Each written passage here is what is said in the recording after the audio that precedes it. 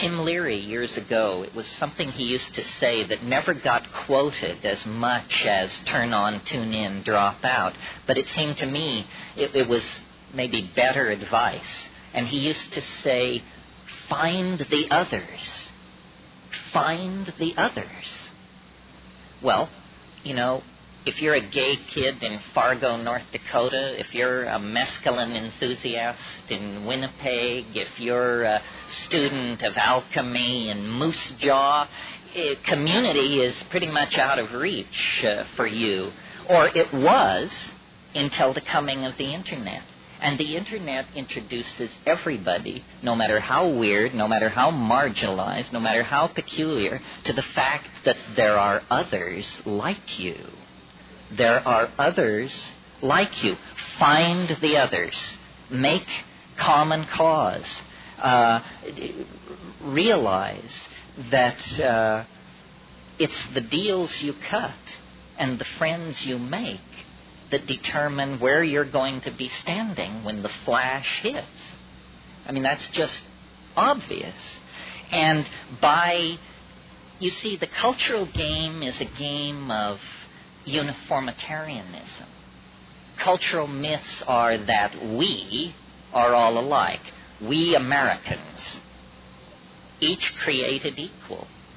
I mean, if you can believe that at an operational level, then I have some bridges I would like to sell you.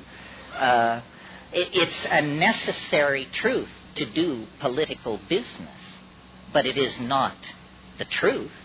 The truth is that you are not created equal with yourself from day to day. Leave alone any comparison with anybody else. You are not the person you were yesterday, nor the person you will be next week. What is an observation like that? What shadow does it cast in a world of all people are created equal? These are clashes of operating systems. There's an axiom in one, all created equal, and an axiom in the other, each divergent. These things can't be parsed. They can't be brought together. So culture plays a game of simplification.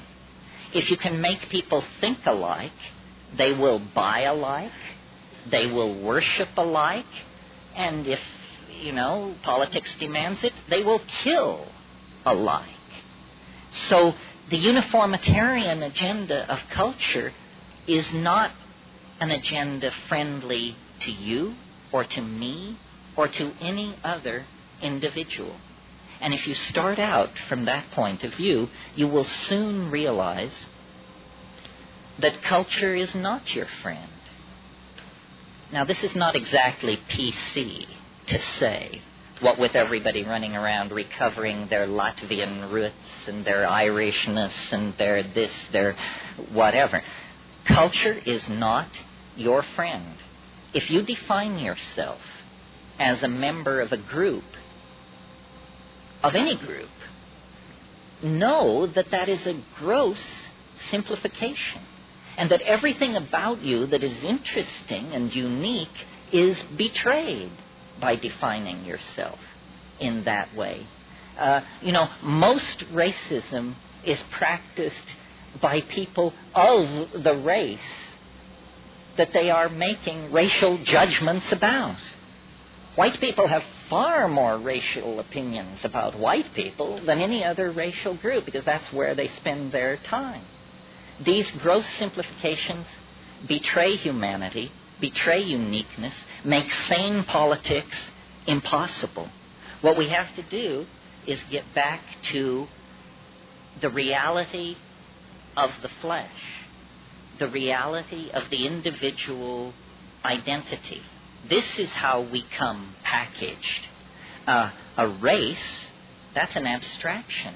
These days you have to have 3 years of genetics under your belt to give a satisfactory definition of the word if we're really going to go to the math on it. I mean, it's an abstraction of modern science. It's a notion so far removed from anything you and I come in contact with that we should just junk it. What we need to celebrate is the individual. Have you not noticed, I certainly have, that every historical change you can think of. In fact, any change you can think of, forget about human beings, any change in any system that you can think of is always ultimately traceable to one unit in the system undergoing a phase state change of some sort. There are no group decisions. Those things come later. The genius of creativity and of initiation of activity always lies with the individual. And it's very interesting that this is what the psychedelics address. They address us uniquely as individuals. You can sit next to somebody who drank from the same bottle you did and be perfectly confident that their experience has very little congruency with your own.